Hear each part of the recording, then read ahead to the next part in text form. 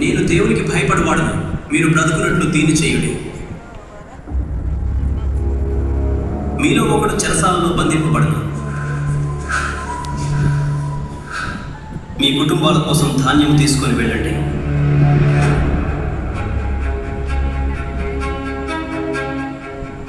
మీ తమ్ముని తీసుకుని వచ్చి మీ మాటలు సత్యమని నిరూపించండి, అప్పుడు మీరు చావరు.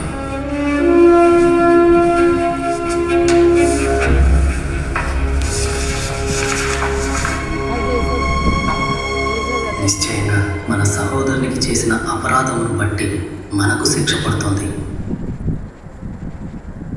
మనల్ని బతిమాలి కొనినప్పుడు అతని వేదన చూసి కూడా మనము వినకపోతేమి.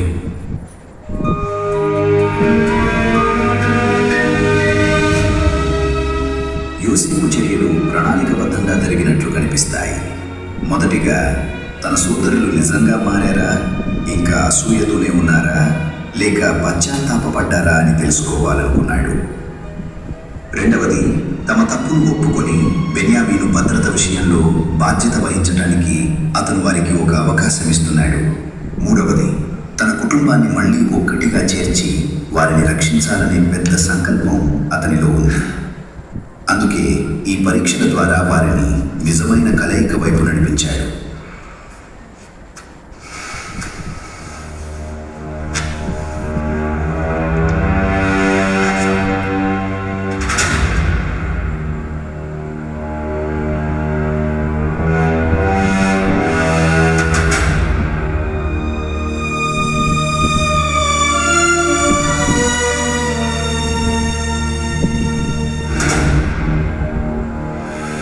అతన్ని బంధించండి.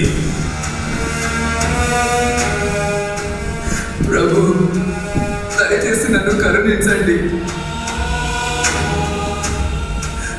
దయచేసి నా దగ్గర వదిలి వెళ్ళవద్దు.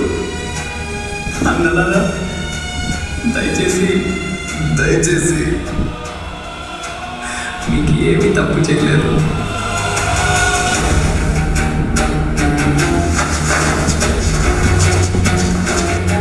ప్రభు, కరుణించండి. సంవత్సరాల క్రితం షెకెములో స్థిరపడి హామోరు నుండి భూమిని కొన్న తరువాత యాకోబు ఒక ఇంటిని మరియు ఎల్ ఎలోహే ఇస్రాయేలు అనే బలిపీఠాన్ని నిర్మించాడు. అతనికి 12 మంది కుమారులు మరియు దీనా అనే ఒక కుమార్తె ఉన్నారు.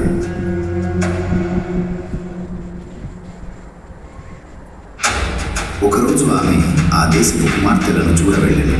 అక్కడ హామోరు కుమారుడైన షెకెము ఆమెను పాడు చేసి అవమానపరచాడు.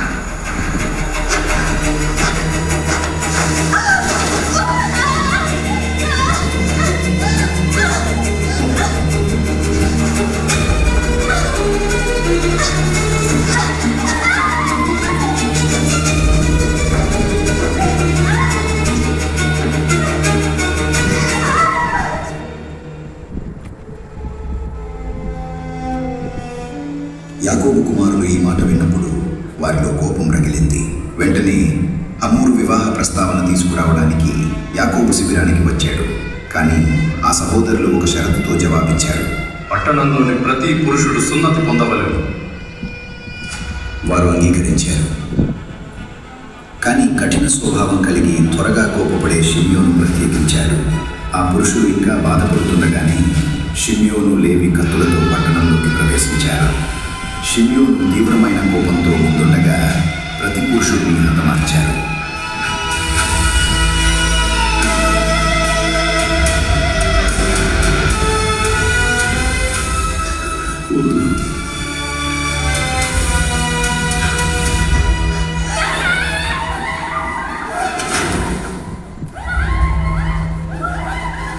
వారు హమోరు ఇంటి నుండి దీనాను తీసుకుని వెళ్ళారు.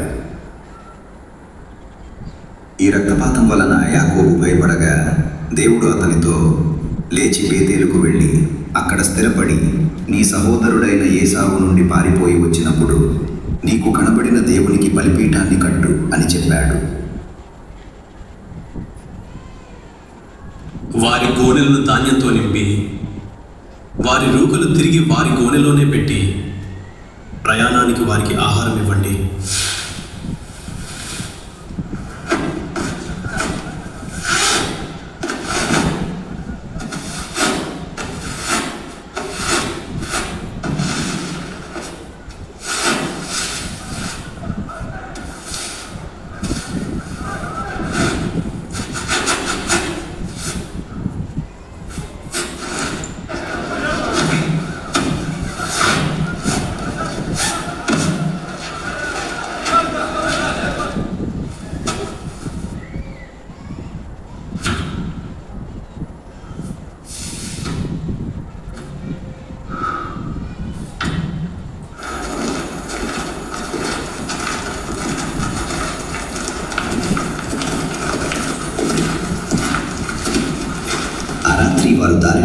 విశ్రాంతి తీసుకుని తమ గాడిదలకు మేత పెట్టారు.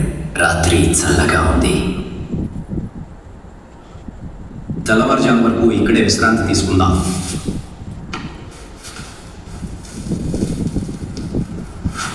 నా రోకలు నా గోనెలోనే ఉన్నవి.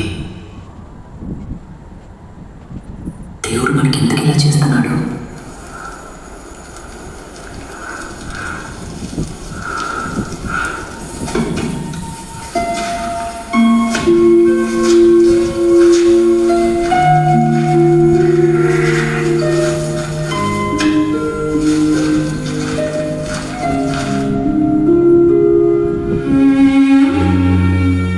షిమ్యోను ఎక్కడా?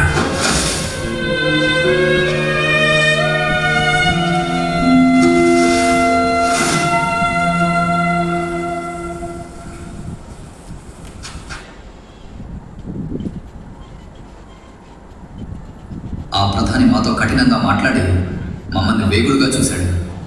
మేము 12 మంది సహోదరులమని ఒకడు లేడని, మా తమ్ముడు మా తండ్రితో ఉన్నాడని అతనికి చెప్పాము.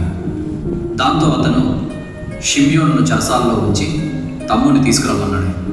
అప్పుడు మాత్రమే మేము యథార్థవంతులమని తెలుసుకుంటాడని చెప్పాడు.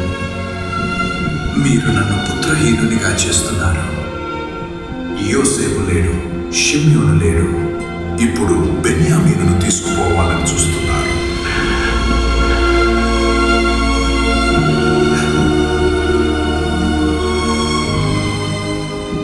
బెన్యామీనును తీసుకొని రాని ఎడల నా 2 కుమారులను చంపేయవచ్చు.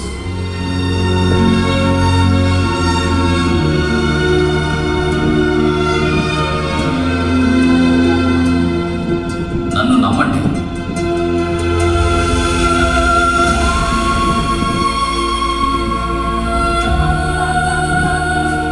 ఆ తర్వాత ఏం జరిగిందో వచ్చే వారం మనం చూడబోతున్నాం.